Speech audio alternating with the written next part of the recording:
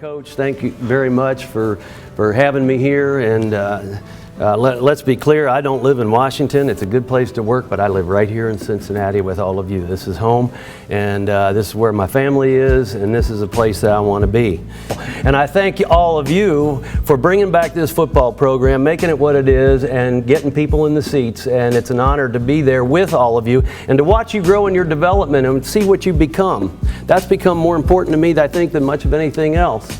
I remember when I was a senior here at UC, it was when Americans were taken hostage in Iran, and ever since that time we just kept getting attacked time and time again.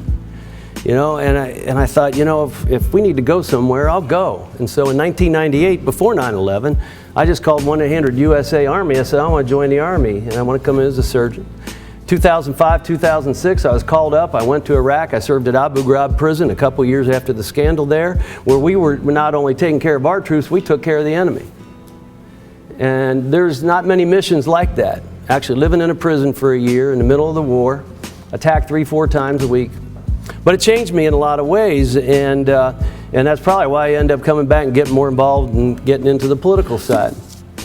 But I will tell you, when I came back from Iraq, it took me 2 years or so to really care about what happened in one of those games. And when I'd turn on the radio and I'd hear somebody screaming because a quarterback threw an interception and blah, blah, blah, and I'm like, really, this is all you got to worry about? There's people out there that want you dead just because you're alive, just because you're an American, and this is what you're worrying about. But you know, these things are important. This is the American way of life. And the way I rationalized it, to make it easier for me, is I started to think, you know what, if all you have to worry about is that quarterback being intercepted or completing the pass, then we must be doing our job.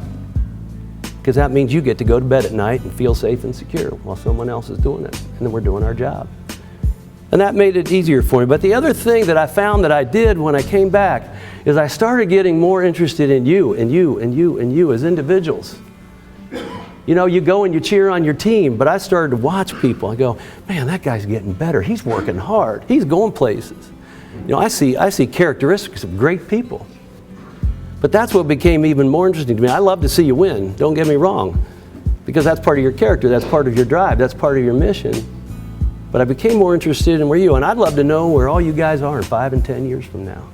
That became more important to me, because that's what life is all about. So take pride in your achievements. Take pride in what you do in the classroom, what you do on the field, and what you do afterwards. Teddy Roosevelt, who was a great soldier, an American president, he once talked about critics, and he says, it's not the critic who counts, not the man who points out how the strong man stumbled, or where the doer of deeds could have done better. The credit belongs to the man who's in the arena, whose face is marred by the dust and the sweat and the blood. That credit belongs to all of you. Now go beat Tulsa. Thank you.